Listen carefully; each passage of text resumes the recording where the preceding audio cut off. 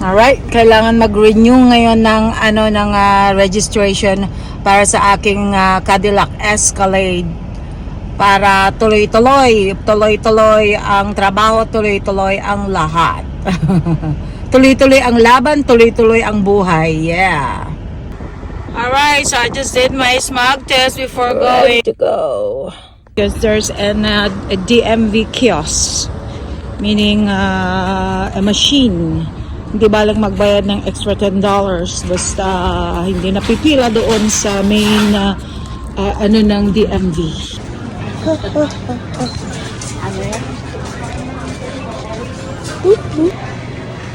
I'm here to renew my registration for my car using the machine right there.